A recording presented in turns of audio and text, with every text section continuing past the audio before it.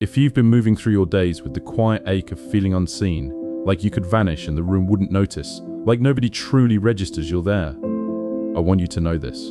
You're not invisible. You're unwitnessed. There's a vast difference between not being seeable and not yet having found the eyes that actually look. And that difference is the whole story. Here's what I mean by that. Invisible means there's nothing there to see, a hole where a person should be. But that's not your situation, and somewhere you know it. You're fully, vividly present. What's missing isn't your visibility, it's a witness. Someone whose attention lands on you and stays, who reflects you back so you can feel yourself exist. Being unwitnessed feels exactly like being invisible. It is not the same thing at all. Think about a painting hanging in a locked room with no one inside. The colors are still there. The brushwork, the depth, the whole composition, all of it exists, fully realized, in the dark. The painting isn't invisible. It's unwitnessed.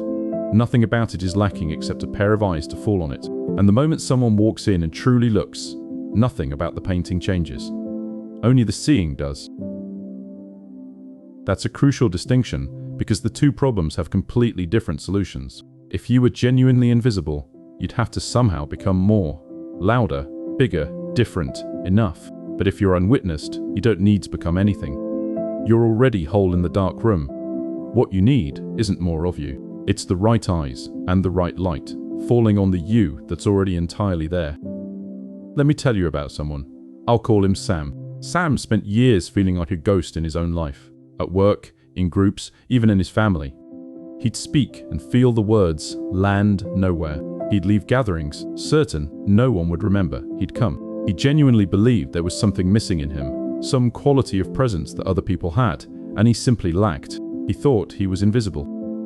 But when Sam looked closely, he found the real shape of it. He'd spent his whole life among people who were too distracted, too self-absorbed, or too different from him to ever truly look. He wasn't unseeable. He was standing in a locked room, and the year a single friend really witnessed him. Paid full, unhurried attention reflected him back.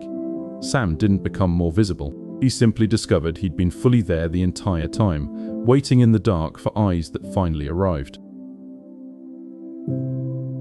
There's real psychology under this, and it comes from a researcher named Donald Winnicott, who studied how the self forms. He found that an infant first discovers it exists by being seen, by looking into a caregiver's face and finding itself reflected there. He called it mirroring. We don't build a sense of being real on our own. We catch it from the eyes that witness us. And when those mirroring eyes are absent, a person can feel unreal, even while being completely, undeniably present. And here's what that means for the ache you carry. The feeling of being invisible isn't proof that you're lacking, it's proof that you've been under-mirrored. That the attention you needed to feel real never landed long enough to do its work. It's not a flaw in your substance, it's a shortage in your witnessing. And a shortage of witnesses can be answered, a lack of substance cannot. But you were never short on substance. So if you've been calling yourself invisible, here are 3 things I'd ask you to keep. First, you exist whether or not the room registers it.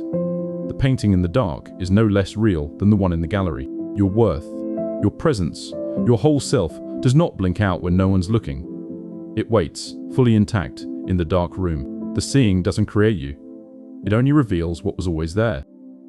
Second, look for the right eyes, not more eyes. The answer to feeling unwitnessed isn't to perform harder for a crowd that isn't built to see you. It's to find the 1 or 2 people whose attention actually lands and stays. One true witness reflects you back more completely than 1,000 distracted glances. Quality of seeing, not quantity. Third, become a witness yourself. The deepest cure for feeling unseen is, strangely, to truly see another. To land your full attention on someone else's hidden self and reflect it back. When you become the eyes that walk into someone's dark room, you remember, in your own body, that presence is real and witnessing is possible, and you draw the same back to yourself. So the next time the ache rises and you're tempted to believe you're invisible, I want you to correct the word. You are not a hole where a person should be. You're a fully painted canvas that's simply been hanging in a room nobody walked into yet. Nothing is missing but the light and the eyes. The writer Ralph Ellison once said that you ache with the need to convince yourself that you do exist in the real world. He understood that being unseen attacks the deepest sense of being real, and that the ache is not a verdict on your existence, but a hunger for the witnessing every human needs.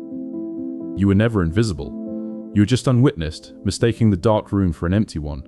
So stop trying to become enough to be seen, and go find the eyes that look, and become eyes that look, until the you that was always there finally stands in the light.